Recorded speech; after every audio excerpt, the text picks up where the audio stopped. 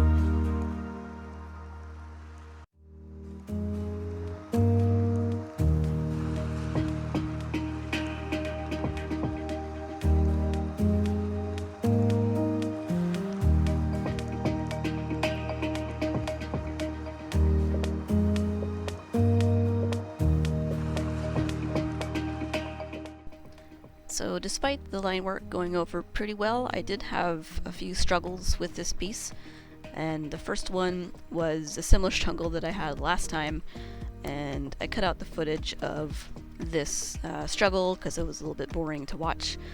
Basically, I needed to subdivide the circle into a number divisible by 3 because my plan was to draw a snowflake as the geometric design, keeping with the winter theme. But using the technique last time that I used to subdivide the circle wasn't generating a number that was divisible by 3, and I was having troubles getting a properly divided snowflake shape. And I tried all the different ways that I thought might work, and after I don't know how long, maybe an hour honestly, I finally gave up and just looked it up online how to do it, and wouldn't you know it, there was an easy way to do it. And that way, you already saw it, is you create your circle, you put a dot in the very center, you create a copy of the circle, and you move that copied circle straight down until the top of that circle meets the center dot. And then the space where the 2 circles intersect are your bottom 2 points, and the very top of your original circle is the 3rd point. Easy peasy, took me no time at all to do it. And then once I had the 3 points, I connected those dots to form a triangle, copied that triangle and rotated it so I had nice 6 points for the snowflake. And then I used the same technique to subdivide between those points, and that technique is basically just to create a ruler with the center mark marked, and connect the 2 points with the ruler, and then where the center is you create the new subdivide there, and you just keep doing that all the way down until you have the number of subdivisions that you want, and it worked out pretty well.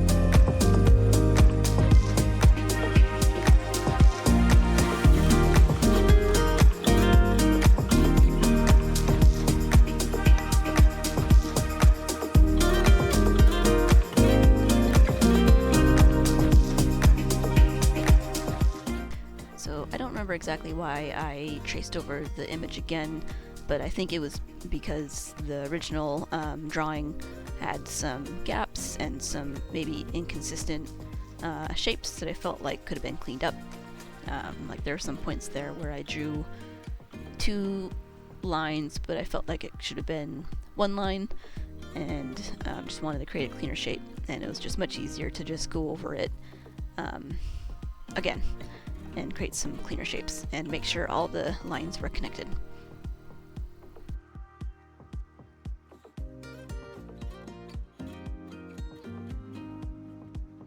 So alas, my plans were a little bit foiled here. My idea was I only needed to create 1 arm of the snowflake and I could just copy paste it. Theoretically it should have worked, but because I did, partially draw that grid by hand despite the rulers, it was not completely divided into exact thirds, and as a result, the 1 arm that I drew was just a little bit over a third, and I couldn't just copy paste it because it was going to overlap the lines a little bit. So the solution was just redraw it. Luckily I could just trace and adjust the lines where needed so they lined it up with the edges nicely, and it didn't take too much longer. But it's never fun when your plans are foiled in such a way.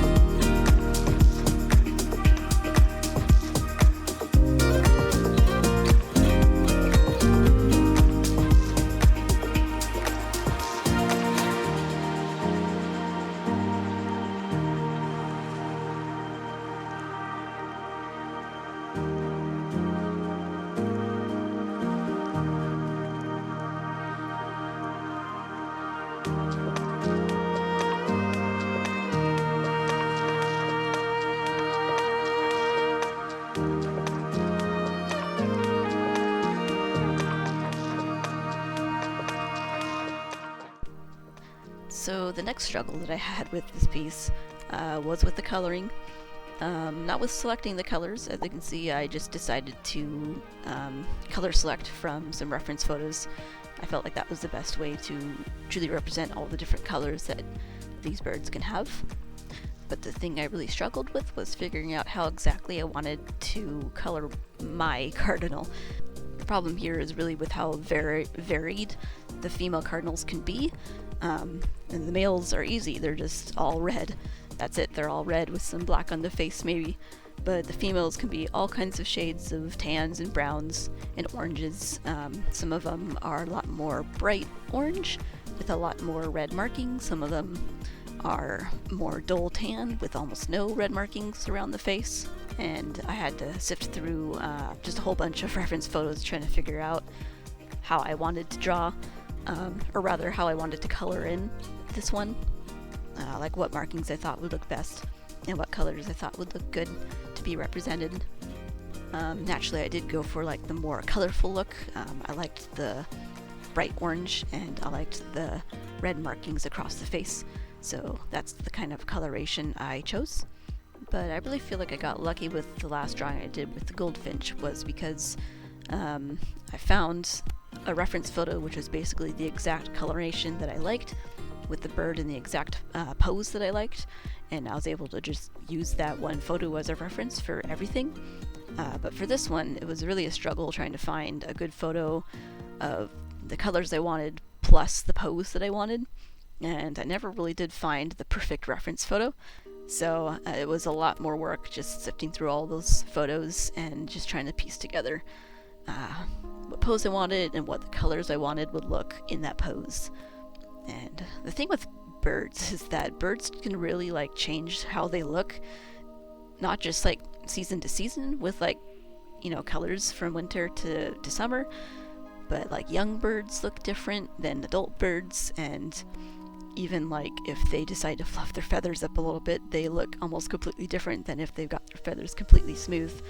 So one of the things I found is if you try to look up like female colorations on birds, you'll get a lot of images of juvenile birds as well. It seems like in at least this species, I think also I saw this in the goldfinch, is that the females tend to look a lot like the juveniles, and I guess the males, when the males look different, they really grow into their colors, whereas the females kind of retain the duller looks. Also, birds who are molting, even the males who are molting, will look a little bit like females. So it's really hard to find like a good reference of like, this is what this bird looks like, because it's like, well, do you want what the bird looks like in winter, when they're juvenile, when they're female, when they're molting? I think the best way to go is to go onto like a birding website. All About Birds is a website that I've used for both the goldfinch and this one, I believe. They have some good photos of birds that are clearly labeled, this is the juvenile, this is the female, this is the male, this is molting. So if you're looking for accurate bird photos, try and avoid just Google image search. Try to look for like a bird website that should know what they're talking about. Ultimately, despite the struggle, I am pretty happy with the colors that I chose and the way the bird looked. It took me a while to get there. I go back to this stupid chest quite a few times, just trying to figure out how I want it to look and not really liking how it looked dozens of times. I don't know how many times I go back and change how the chest and the breast of this bird is colored, so apologies for that. But just know that ultimately I do like how it comes out.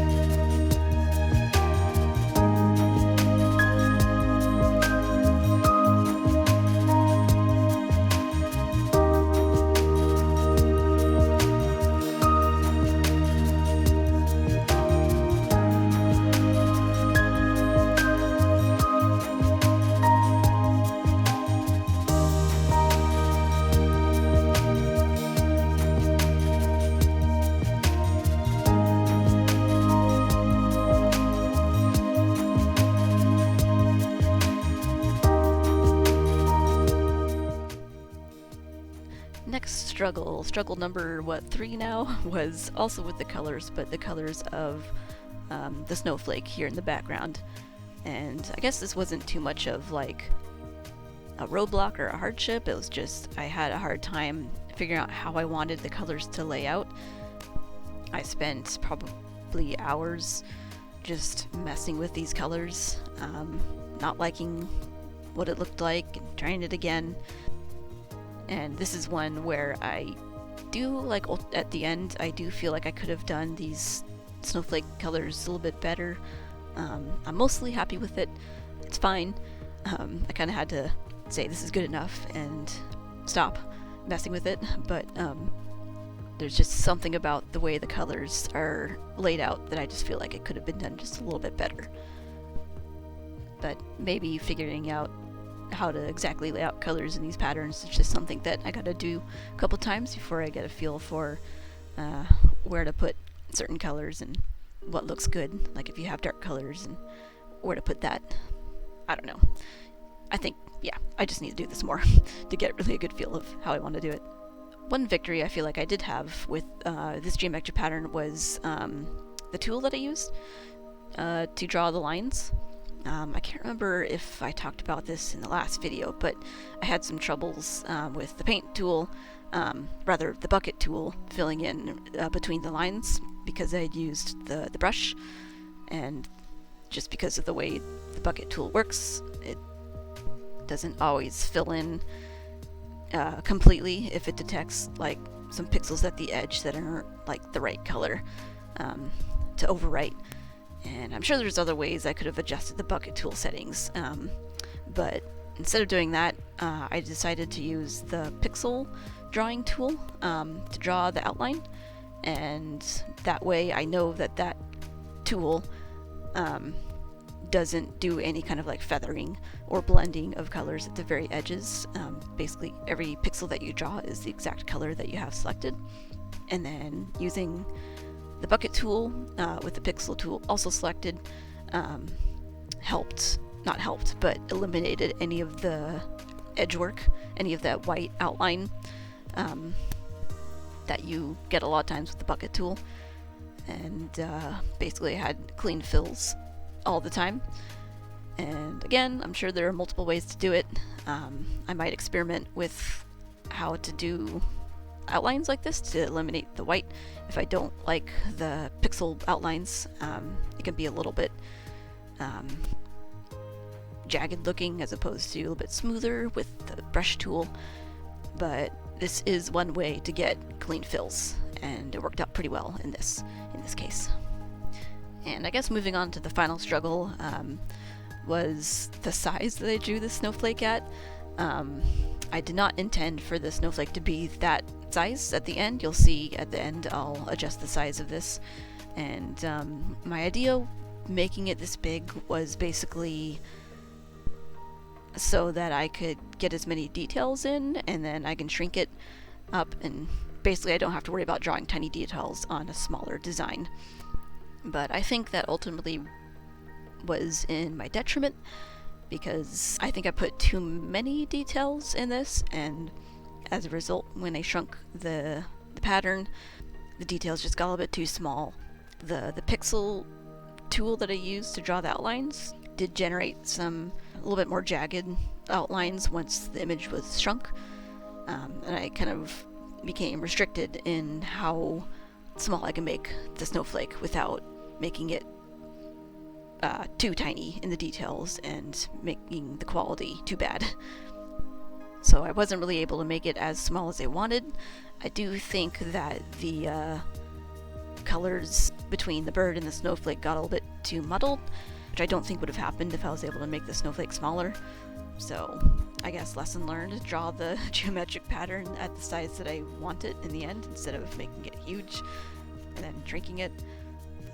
That's okay. This is only a second piece of this type of thing that I've done, so it's a learning process. And again, I am ultimately pretty happy with the end result of this piece. There are just some points where I feel like I could have been better.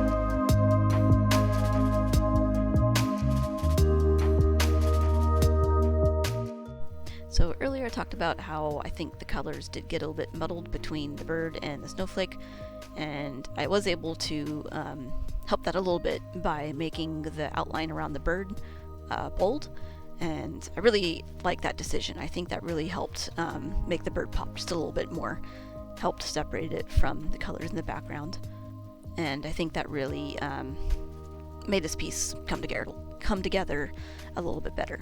So I'm really glad at that decision. And I think it might look good in future drawings even that didn't have this problem. I just really like the look of this bold outline. So happy accident, maybe?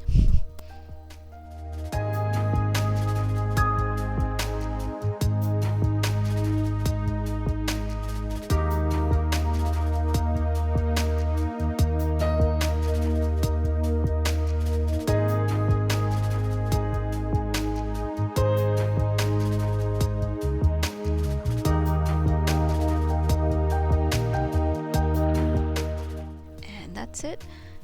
Despite the struggles that I talked about earlier, I am still pretty happy with how this turned out.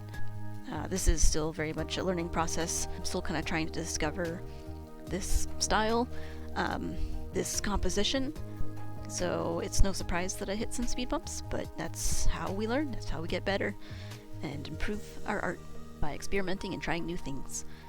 And speaking of which, I do plan on doing at least one more of these. I think it would be perfect to do 3. 3 is a nice number to have a little mini series of these birds with geometry. So look forward to that being my next video, and we'll see if I learn from my mistakes this time. And that's it. I'll talk to you later. Bye bye.